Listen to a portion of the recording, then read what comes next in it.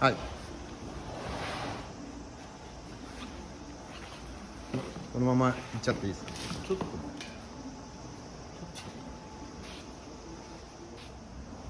はい、こんにちは。こんにちは。前回に多分1946年の報道ですけど、はい。切断始める時はい。に1回撮ったのかな。はい。でほぼ、チョップトップ成立したので、はい。完成形がこういう形になります。そうなんです。チョップトップは鉄鋼ばっかりがどっちかっていうとよく見られるんですけど、フロントガラス、ガラス入ってます。はい。フロントガラスが入る入らないっていうのは、入らないと困るんだけど、フロントガラス入るっていうのが恐ろしく重要。はい。で多分本当のガラスはこれぐらいあるはずですので、大きさはこれぐらいあるでしょ。それをガラスを特にこの、平面ガラスはそこまで難しくないんですけど、これが5と2分の1インチだから、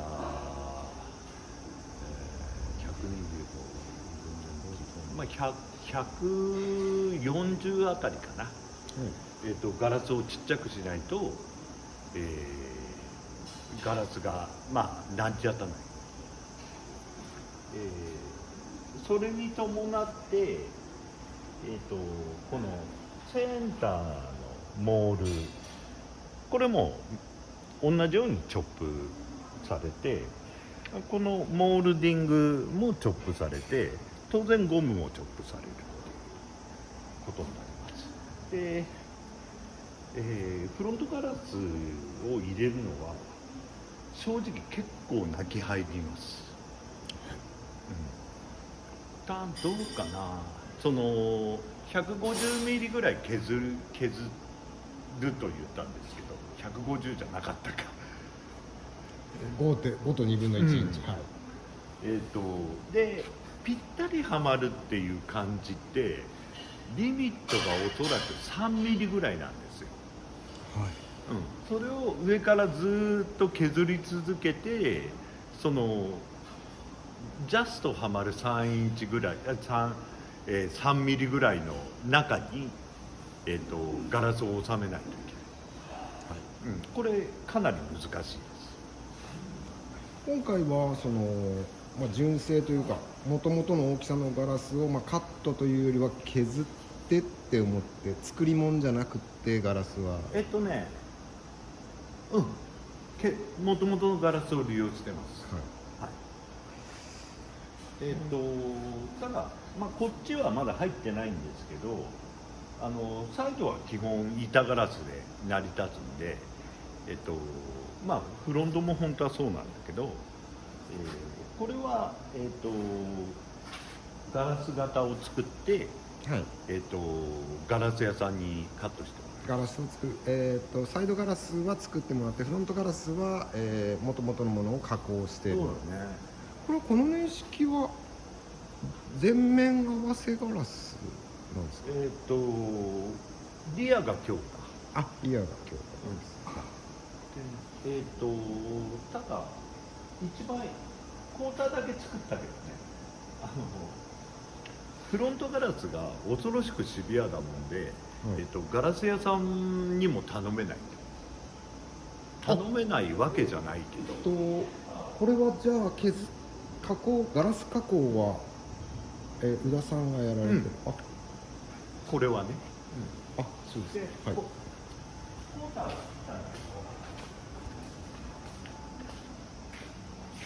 強化ガラス。これクォーターガラスね。はいもう平ガラスから切断して削って作るっていう、はいこれはなぜ切ったかっていうとこれが切れそうなガラスがうちにあったから切っただけのことで。クォーターガラスも、宇田さんが加工してる。これはねあったからあったから、はい、ちょうどこれでクォーター2枚ぐらい取れるなっていう分量のガラスがあったんで、もうあれですね、宇田さんぐらいチョップトップやってると、ちょっとこのガラス自分で切っちゃおうかなってなるんですね。もう通常、板金塗装とかカスタム屋さんがガラスを加工するっていう話はあんまり聞かない。大体はガラス屋がやるんだけどさっき言ったようにフロントガラスって恐ろしくシビアなリミットになるんで、板で入ったからって必ずしも入るとも言えない、ベニヤ板で型作りしたところで、それが絶対とは言えないので、微調整に何ミリか削るとかが出てくる、はい、そうするとまあ自分でやった方が早いでしょ。あとガラス屋さんがかわいそうだからでも大量にこのガラスを切るっていう仕事をやると、体に悪くて俺がかわいそうだから大量にはやんないって感じです。なんか企業秘密なのかなと思うんですけど、ガラスの加工のコツみたいなのを言える範囲で。ガラスの加工のコツは、根本的には、割ります、はい、変な言い方ですけど、ガラスたるもほとんど割ります、その切ったり削ったりっていうよりは、まあ根本的には割るっていうイメージで加工していくっていう。一般的に使われるガラスカッターってやつがあるんですけど、ガラスカッターっていうのはこういうところに直線の線をまず入れる、直線の傷を入れるっていうのが正しいんですけど、その傷を叩くことによって割るんです、割るきっかけをつけてるだけで、実際割ってるんで、その残った製品っていうか使う製品にこう亀裂が走らないようにする、亀裂1回でも入れると大体そこから割れてくるもんで、その割る時に残ったものに亀裂を入らないように気をつけるっていうことです。そうですね、でそれはまあ一定の確率では割れてしまうんで、非常にリスクの高い仕事かな。まあそうですね、ガラス、そうですね、割れたらおしまいですからね。そう割れたらおしまい。ガラスの話をしたんで、それで今年前半にやったシボレ、これも今回同時にやりました、ガラスの加工を。つまりガラス屋さんではなくて宇田さんが加工してる、これも多分ガラス屋さん請け負ってくれないので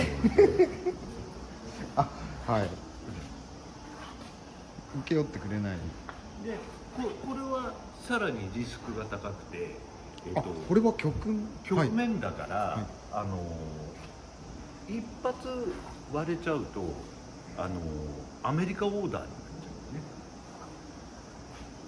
ゃうね。だから一発亀裂入れることでこれが多分6万とか7万とか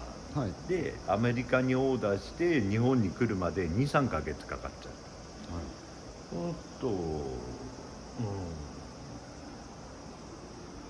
そうね、これが最もリスクが高い仕事ね。曲面ガラスの加工がリスクが高い、まあ原材料が高いっていうことですね。そうだね。だから板ガラスは割れても国内にいくらでも代わりはあるんだけど、平らのガラスは、そういう感じです。はその正直そのガラスが失敗数みたいなのは聞いても大丈夫なんですか？失敗数俺ね、何枚その加工に必要だったか、仮に、はい、今回はじゃあ大体イメージで、はい、1割ぐらい失敗するかもしれない。ああそうですか。1割いかないかな、いくかな。でもそれは割った数、実はこれ加工で割れる場合じゃない時もある。入れて初めて割れることもあって、でこれがさっきリミットが恐ろしくシビアだって言ったのに、ゴム側が一定じゃないんだよね。ゴムが、これぐらい古いといろんな製品があって、ゴムが分厚いやつ、ゴムのこの幅が分厚かったりとか、はい、そうすると、ゴムが厚いとガラスに対する圧力が強くなって入れてしばらくして割れちゃうとか。もともとついてたガラスゴム変えただけで割れるパターンもありますもんね。あるある。そのゴムの違いによって割れちゃうってことです、あるんで、それがさらに、鉄側も変わっててゴムも新規を入れてガラスも加工してるってなると、そのリスクそうだね、すごい高いですよね。だから総合ではそれぐらいかな、1割ぐらい割ってんじゃないかなと思うんだけど、実際にガラス加工で割る率は少ないかな。入れて割れてる時の方が。あ、そうですか、入れた時に割れてしまう、まあはい、パターンの方がだね。でまあじゃあ、コードに戻ります。こちらはまあ今回横前傾とか取ってるのが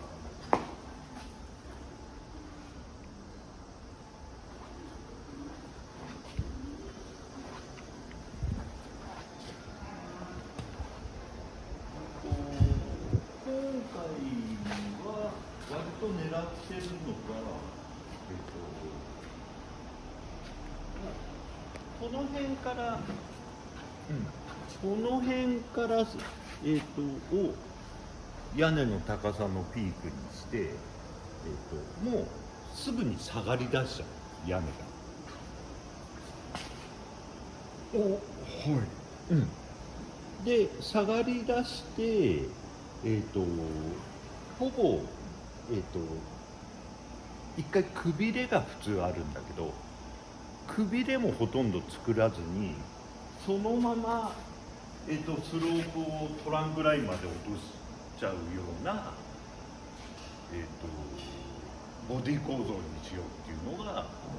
今回の狙い、だから、感覚的にはファーストバックにする。すみません、もともとの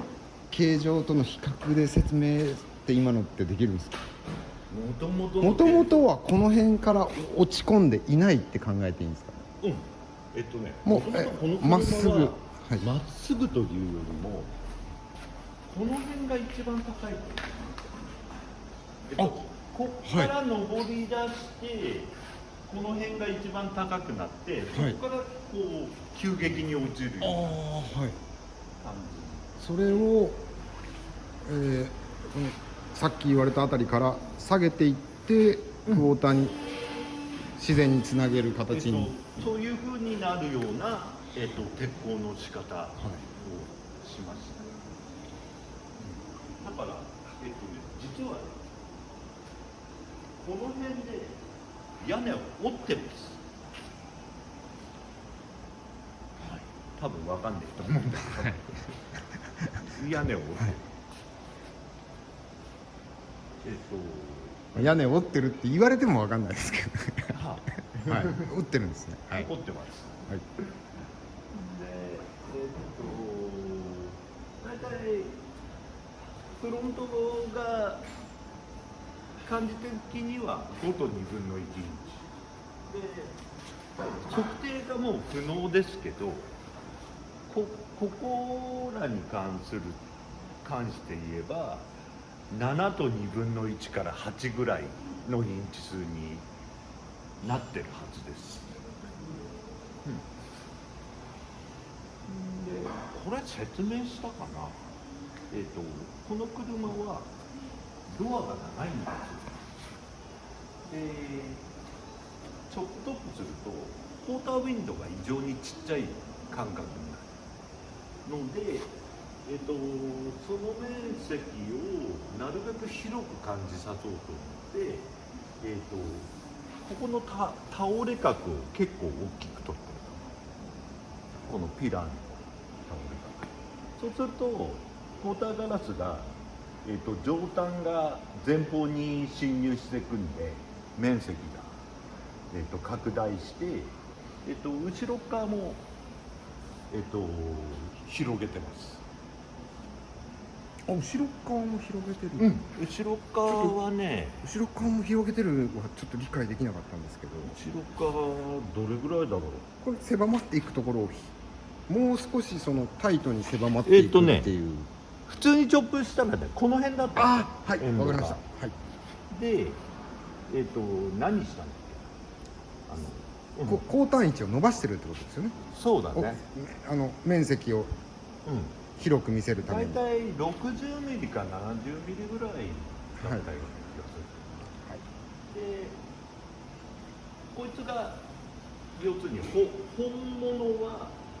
ルーフドリップから言うとこういうふうに落っこちるわけなんだけど、はい。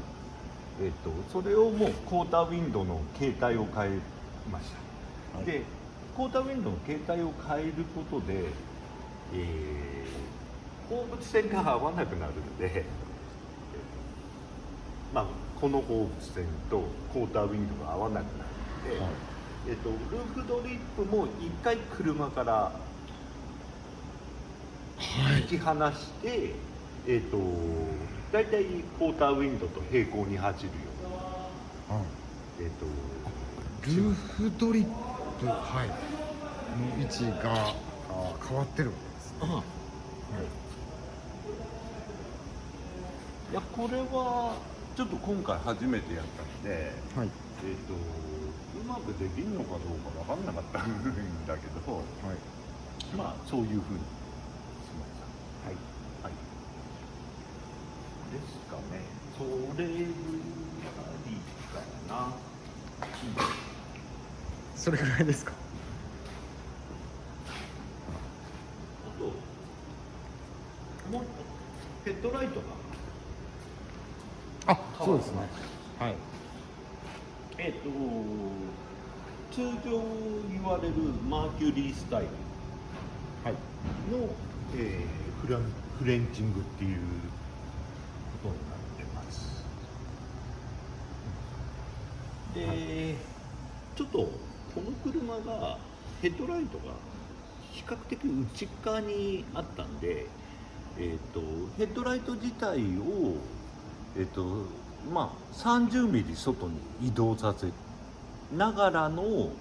フレンチっていうやり方です。はい、フレンチっていうのは簡単に日本語とかで説明してもらえることはできるんですか？フランス人。はい。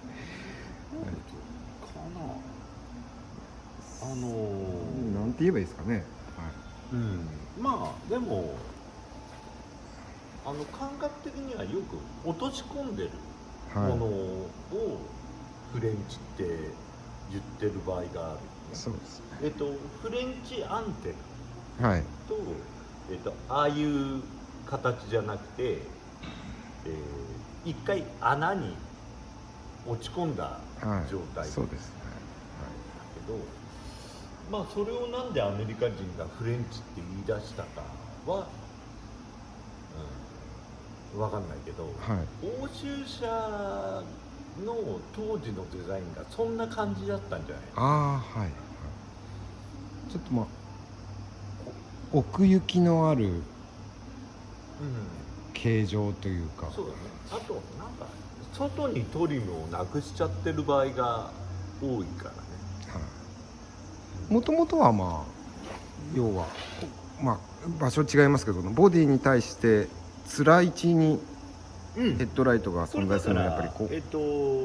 この分ぐらい伸びてるからボディがはいだいたい2インチぐらいじゃないかこれマーキュリースタイルのフレンチでよかったです。な。マーキュリースタイルに乗ってみて、はいいいと思います。はいなぜマーキュリースタイルかというと、はいまあマーキュリーで多用された方法。マーキュリーの、純正がこういう形ではなくてマーキュリーのカスタムで多用されたフレンチ俺はそう思のってるヘッドライト、うんはい、ってことですかね。純正で言えばフォードの継年式がこんな格好してるけどね、はい継年式じゃねえや次の継年式だ、